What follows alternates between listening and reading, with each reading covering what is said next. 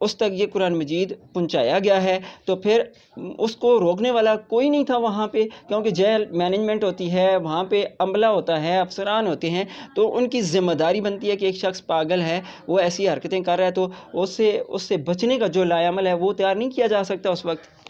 دیکھیں، جب بھی ملزم جیل میں جاتا ہے تو اس جیل کے اندر جانے کے بعد اس کے جو نارمل رائٹس ہوتے ہیں، جو اس کے فنڈامنٹل رائٹس ہوتے ہیں، جی جی اس کو ویو آف کسی صورت نہیں کیا جاتا، کیونکہ کانسٹیٹیوشن میں بھی اسے گرانٹیڈ رائٹ ہیں اور پروسیجر میں بھی اسے گرانٹیڈ رائٹ ہیں۔ وہ اپنے مذہب کے مطابق وہاں پہ عبادات بھی کر سکتا ہے اور اپنی بکس ریڈنگ بھی کر سکتے ہیں، سارے معاملات وہ کر سکتا ہے۔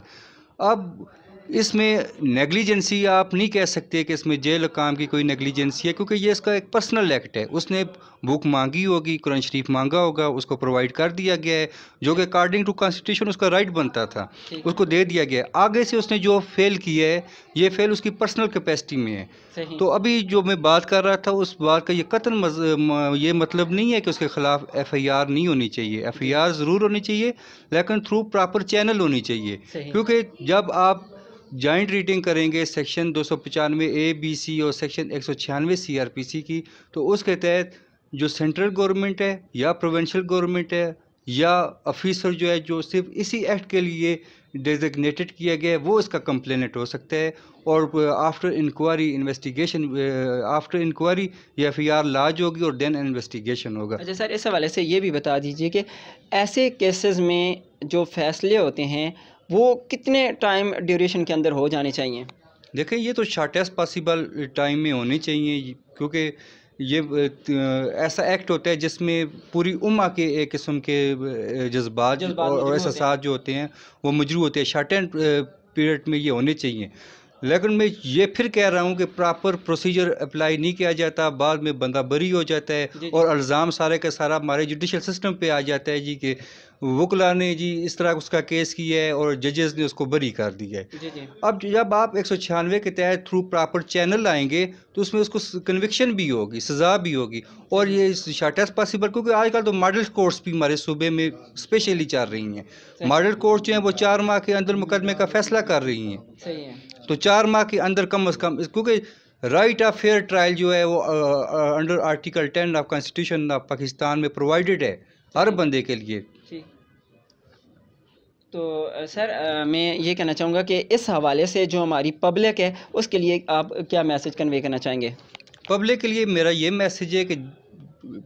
ظاہری بات ہے، جذبات بھی مجروح ہوتے ہیں اور یہ سارے احساسات بھی مجروح ہوتے ہیں، ایک دم اشتعال میں نہیں آنا چاہیے، کیونکہ کوئی بھی offense جو ہوتا ہے وہ offense اگینسٹ دی اسٹیٹ ہوتا ہے، اگینسٹ دی پرسن نہیں ہوتا ہے، اور خاص کر کے یہ والا offense جو ہے یہ تو ہے ہی پریروگیٹو آف اسٹیٹ ہے، تو اسٹیٹ کو اس کے خلاف ایکشن کرنا چاہیے۔ اب ہوتا کیا ہے کہ ہم پرائیویٹ لوگ جو ہوتے ہیں ہم جم گٹھا بنا دیتے ہیں، املاک کو نقصان دینا شروع کر دیتے ہیں، اور جو انڈیویجول ہوتے ہیں اس کی ایکٹ کی وجہ سے کئی اور غریبوں کے چولہے ہم بند کر دیتے ہیں۔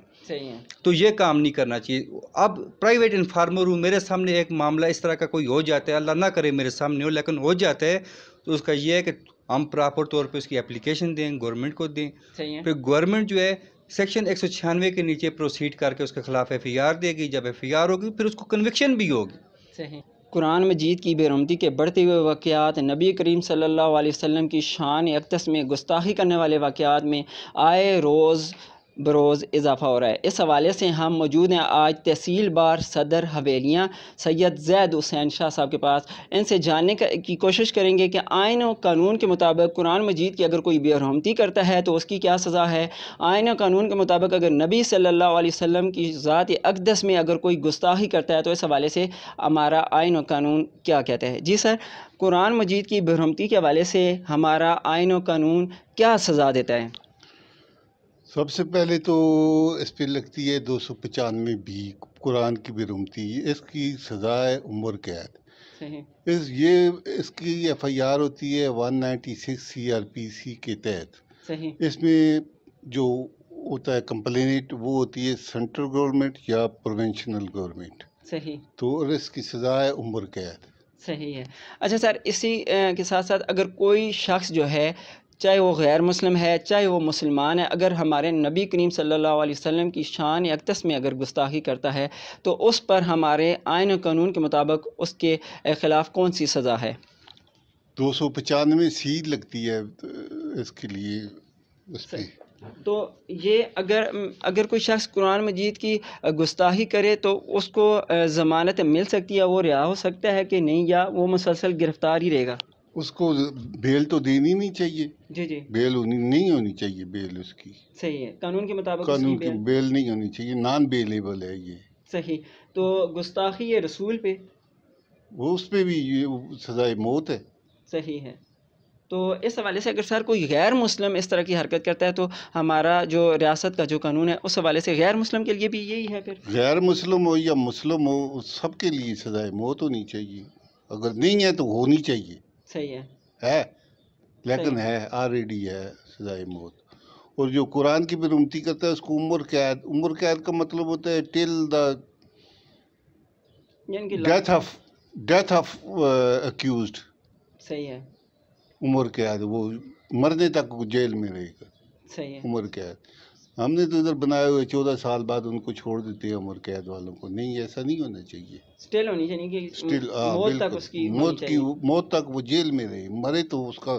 ڈیڈ باڈی دی ان کے ورثاء کو اس کی۔ ناظرین کرام، جیسا کہ میں نے آپ کو پہلے بھی آپ سے گزارش کی تھی کہ اس حوالے سے ہم ماہر جو قانون ہیں ان کی رائے بھی لیں گے اور علماء اکرام کی رائے بھی لیں گے۔ تو ماہر قانون کی رائے آپ تک پہنچ چکی ہے، اور ماہر قانون کے مطابق 295B کے تحت اس شخص کے خلاف مقدمہ جو ہے وہ درج کر دیا گیا ہے، اور یہی مقدمہ بنتا ہے، اور اس کے مطابق جو اس کی سزا ہے وہ عمر قید کی ہے۔ ناظرین کرام، یہ تھی آپ کے سامنے ہمارے ماہر قانون کی رائے، اور اب ہم جاننے کی کوشش کریں گے جو ہمارے ممتاز عالم دین ہے، دین اسلام کے اندر، ہماری شریعت کے اندر ایسے لوگوں کے لیے کیا سزائیں ہیں، آئیے ان کی رائے بھی جانتے ہیں۔ ممتاز عالم دین، مفکر اسلام، مذہبی اسکالر، خطیب مرکزی جامع مسجد فاروق اعظم حویلیاں، جناب عبدالعفیظ صاحب اس وقت ہمارے ساتھ موجود ہیں۔ ناظرین، جیسا کہ میں نے آپ کو ماہر قانون دان کی جو باتیں تھیں، جو اس حوالے سے آئین و قانون کے حوالے سے جو رسول صلی اللہ علیہ وسلم کی گستاخی اور قرآن مجید کی جو گستاخی تھی اس حوالے سے آپ نے ماہر قانون جو تھے آئین و پاکستان کی روح سے ان کی باتیں بھی سنی ہیں، اور اس وقت ہمارے ساتھ مفتی عبدالعفیظ صاحب موجود ہیں، تو ان سے جاننے کی کوشش کریں گے قرآن و حدیث کی روشنی میں، ہماری شریعت کی روشنی میں اس حوالے سے ایسے جرائم پیشہ افراد کے لیے، ایسے ملزمان کے لیے، ایسے مجرمان کے لیے کیا سزائیں ہیں۔ سر، آپ گزشتہ جو 2 روز پہلے ایبٹ آباد کے اندر واقع ہوا، یا اور پوری دنیا کی ہسٹری اگر اٹھا کے دیکھ لیں تو جو لوگ ہیں جو غیر مسلم ہیں، اس میں کچھ مسلمان بھی ہیں کچھ غیر مسلمان بھی ہیں، تو ان سے یہ گناہ سرزد ہو رہے ہیں، گستاخی رسول بھی اور قرآن مجید کی بے حرمتی کے حوالے سے۔ تو ہماری جو شریعت ہے اس کے کیا احکامات ایسے لوگوں پر لاگو ہوتے ہیں؟ بسم اللہ الرحمن الرحیم۔ قال تبارک و تعالی ومن یرتد منکم عن دینہ فسوف یأتی اللہ بقوم یحبهم ویحبونہ۔ قال النبی صلی اللہ علیہ وسلم من بدل دینہ فاقتلوہ۔ سب سے پہلے میں آپ بھائیوں کا شکر گزار ہوں کہ آپ نے اپنے چینل کی وساطت سے ہماری اس آواز کو قوم تک پہنچانے کا ہمیں موقع دیا۔ اللہ تبارک و تعالی اس پہ آپ کو اجر جزیل نصیب فرمائے۔ یہ انتہائی افسوسناک ایک موقع ہے کہ مملکت عزیز، بلکہ ہماری ایبٹ آباد کی دھرتی پہ جو الحمدللہ ایک مذہبی دھرتی کہلوانے والی ہے، اس کے اوپر یہ ایک انتہائی ناخوشگوار واقعہ پیش آیا۔ جتنی بھی اس کی مذمت کی جائے انتہائی کم ہے کہ مذہبی لوگوں کی دھرتی، دیندار لوگوں کی دھرتی کہلوانے والی، اس کے اوپر ایسا انتہائی سنگین گناہ اور سنگین جرم کا ارتکاب کیا جائے۔ ہم دعا گو ہیں جو لوگ اس کے اندر کسی درجے کے اندر بھی ملوث ہیں، اگر ہدایت کے قابل نہیں تو اللہ تبارک و تعالیٰ انہیں نیست و نابود فرمائے۔ باقی آپ کا سوال شرعی حوالے سے دیکھیں، ہمارا دین، ہماری شریعت، یہ تو ہماری مقدس کتاب قرآن کریم ہے۔ قرآن کریم نہ بھی ہو، دیگر کتابیں بھی ہوں، تورات ہے، زبور ہے، انجیل ہے، یا دیگر جو صحیفے حضرات انبیاء علیہ الصلوۃ والسلام پہ اتارے جانے والے ہیں، اگر ان صحیفوں کی کچھ تعلیمات بچی کچی آج اگر امتوں کے پاس موجود بھی ہوں، یہود و نصارہ کے پاس موجود بھی ہوں، تو ہمیں ان کتابوں کا اور ان صحیفوں کے ادب و احترام کا پورا حکم دیا گیا۔ ہمیں قطعاً اجازت نہیں ہے کہ ہم کسی کی مقدس شخصیت کے اوپر کیچڑ اچھالیں۔ قرآن کریم کے اندر ایک بات ملتی ہے، تلک الرسل فضلنا بعضهم علی بعض، انبیاء علیہ الصلوۃ والسلام میں سے بھی ہم نے بعضوں کو بعضوں پر فضیلت دی ہے، لیکن لا نفرق بین احد منہم، ہم تفریق کسی کے درمیان نہیں کر سکتے۔ فضیلت ضرور ہے، انبیاء علیہ الصلوۃ والسلام بعض افضل ہیں، بعض کم افضلیت ہے ان کی، کتابوں میں بھی یہی معاملہ ہے، بعض کتابیں افضل ہیں، بعض غیر افضل ہیں، غیر اولا ہیں، لیکن توہین کی اجازت کسی کی نہیں۔ اگرچہ دور کے اعتبار سے کتابیں منسوخ ہو چکی ہیں، لیکن منسوخ کتابوں کی بھی ہمیں توہین کی قطعاً اجازت نہیں۔ اور پھر یہ تو قرآن کریم ہے جس نے کتاب قیامت کی صبح تک باقی رہنا ہے اور انسانیت کے لیے مشعل راہ ہے اور ہدایت کا ایک اہم ترین ذریعہ ہے، بلکہ ہدایت کا یہی ذریعہ باقی رہ گیا ہے جو ہمارے پاس پیغمبر دو عالم صلی اللہ علیہ وسلم پہ اتارے جانے والی اللہ کی یہ عظیم کتاب ہے۔ اس کی توہین کا مسلمان تو سوچ بھی نہیں سکتا، اور اگر خدا نخواستہ کوئی ایسی گھٹیا اور غلیظ حرکت کا مظاہرہ کر رہا ہے تو اس کا اسلام سے دور کا بھی تعلق نہیں ہے۔ باقی اس کا شرعی طور پر حکم کیا ہے؟ یاد رکھیں، ایسی حرکت کا مظاہرہ کرنے والا حرکت کا مظاہرہ کرتے ہی کافر ہو گیا، مرتد ہو گیا، دین اسلام سے خارج ہو گیا، ایمان سے اب اس کا کوئی تعلق باقی نہیں رہا۔ اب اس کے اوپر تجدید ایمان، اور اگر اللہ تبارک تعالیٰ آگے موقع دے تو تجدید نکاح کرے گا تو اگلی زندگی اس کی چل سکے گی۔ اگر ازدواجی زندگی گزارنا چاہے،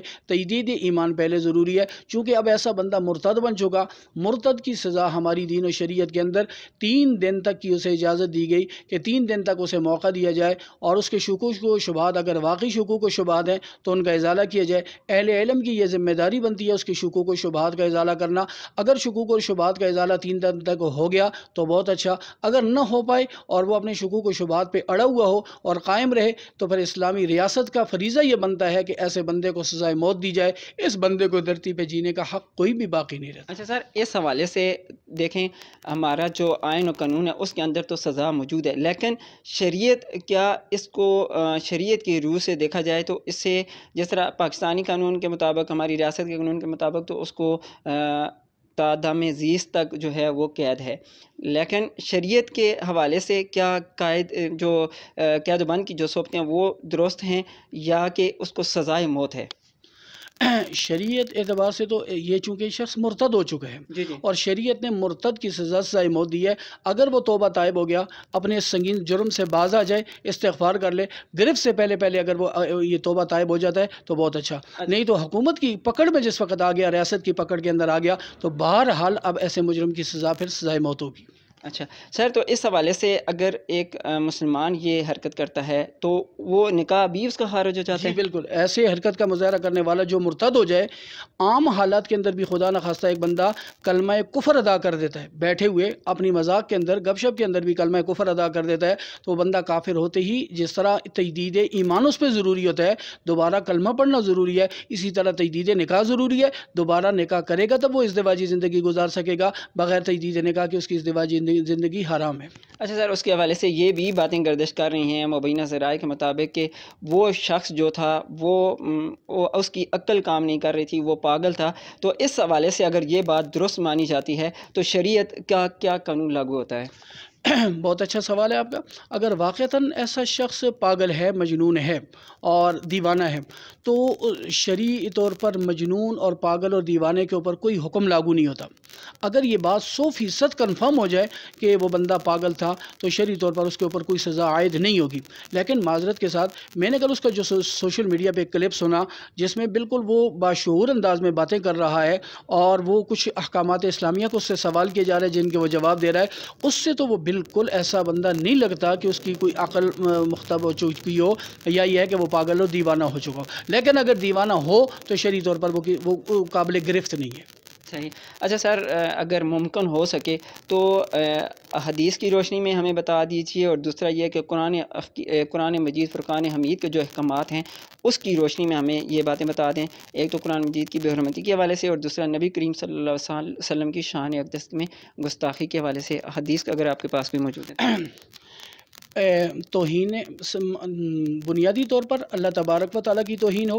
حضرات انبیاء علیہ السلام کی توہین ہو، یا پاک پیغمبر صلی اللہ علیہ وسلم کی توہین ہو، یا قرآن کریم کی توہین ہو، یہ ہمارا جو قانون بنا ہوا ہے 295 ABC، یہ تقریباً انہی کے اوپر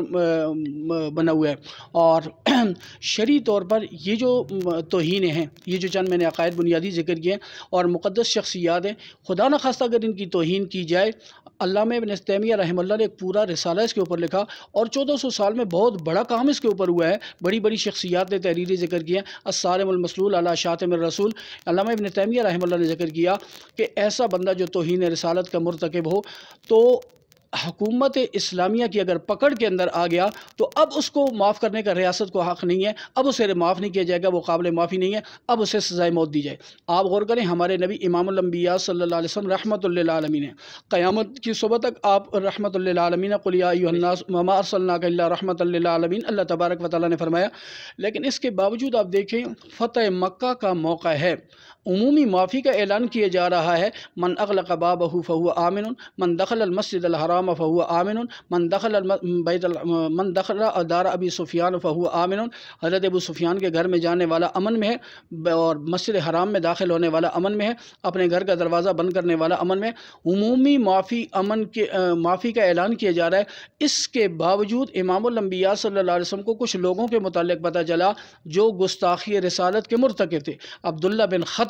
اور یہ شخص مرتد ہو گیا تھا اور نبی پاک صلی اللہ علیہ وسلم کی گستاخی کا مرتکب ہوا تھا۔ اسی طرح ابو لہب کی کچھ باندیاں تھیں جو امام الانبیاء صلی اللہ علیہ وسلم کی مذمت کے اندر اشعار پڑھا کرتی تھی۔ عبداللہ بن خطل کے متعلق تو کسی نے آگے بتایا، پاک پیغمبر وہ غلاف کعبہ کے ساتھ لپٹا ہوا ہے۔ امام الانبیاء صلی اللہ علیہ وسلم نے فرمایا، اقتلوہ ولو کان معلقا باستار الکعبہ، اگرچہ غلاف کعبہ سے لپٹا ہوا ہے تب بھی جا کے اسے قتل کر دو، اسے جینے کا کوئی حق نہیں۔ آپ دیکھیں، امام الانبیاء صلی اللہ علیہ وسلم رحمت للعالمین ہو کر بھی گستاخ رسول کو معاف نہیں کر رہے۔ 16 کے لگ بھگ تعداد ملتی ہے۔ فتح مکہ کے موقع پر جن لوگوں کو قتل کیا گیا وہ لوگ وہی تھے جو گستاخی رسالت کے مرتکب تھے۔ سر بہت شکریہ، آپ نے قیمتی وقت دیا۔ ناظرین، شریعت کے اندر تو یہ چیز اٹل ہے، شریعت کا یہ فیصلہ ہے کہ قرآن مجید کی بے حرمتی کی جائے یا نبی کریم صلی اللہ علیہ وسلم کی شان اقدس میں گستاخی کی جائے تو شریعت اس بات کی اجازت دیتا ہے کہ اسے قتل کیا جائے، وہ واجب القتل ہے، اور ریاست کی بھی یہ ذمہ داری بنتی ہے کہ اسے شریعت کے مطابق سزا دے۔ جس طرح مفتی صاحب نے یہ کہا ہے کہ 295B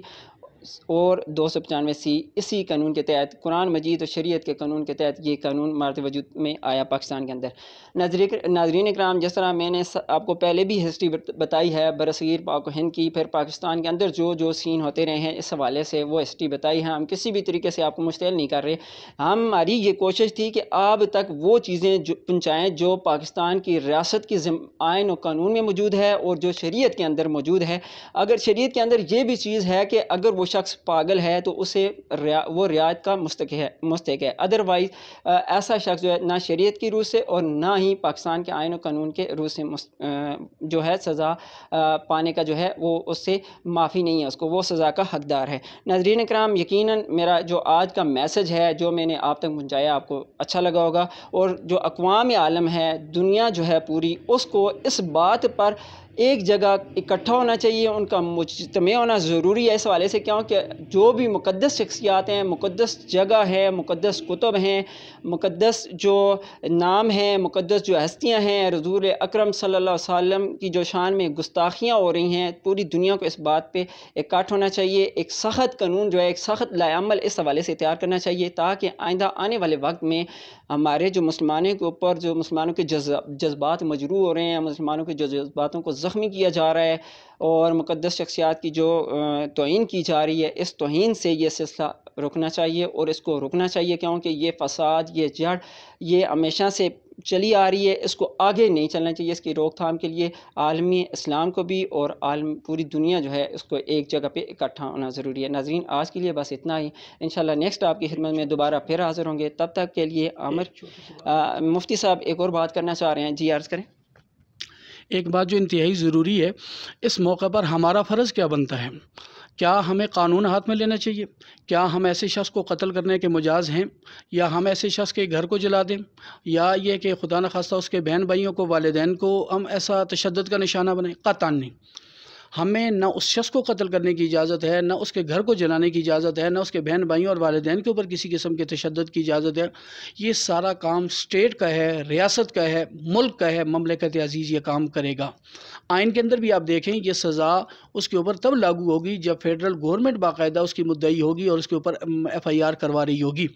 تو یہ کام، ہمارا کام صرف اتنا بنتا ہے اور یہ ہمارا فرض بنتا ہے کہ گورنمنٹ کو اور حکومت کو، اور ہماری صوبائی حکومت ہے یا وفاقی حکومت ہے، ہمارا کام یہ بنتا ہے کہ ہم احتجاج کے ذریعے سے انہیں مجبور کریں، اتنا پریشر ڈالیں، چاہے ہمارے منتخب نمائندے ہیں ان کے ذریعے، چاہے احتجاج ہو، لیکن احتجاج کے اندر بھی ظاہر عوامی املاک کو نقصان پہنچانے ہونے کی اجازت نہیں، احتجاج کے اندر بھی کسی کو اذیت دینے کی اجازت نہیں۔ قانونی جمہوری حق ہے ہمارا، قانونی حق ہے، آئینی حق ہے، اس حق کو استعمال کرتے ہوئے حکومت وقت کو مجبور کیا جائے کہ آپ اپنی ذمہ داری کو پورا کریں، یہ آپ کی ذمہ داری بنتی ہے۔ آپ جس طرح دیگر پل بنانا آپ کی ذمہ داری ہے، ٹیکس لوگوں سے لینا آپ کی ذمہ داری ہے، اسی طرح ہمیں ہمارے مذہبی تحفظ ہمیں دینا، ہماری مقدس شخصیات کو اور ہماری مقدس کتب کو تحفظ دینا، یہ بھی آپ کی ذمہ داری ہے۔ آپ اپنی ذمہ داری کو نبھائیں، تو لہٰذا ہم قانون کو اپنے ہاتھ میں نہیں لے سکتے، حکومت کو مجبور کر سکتے ہیں۔ جی بہت شکریہ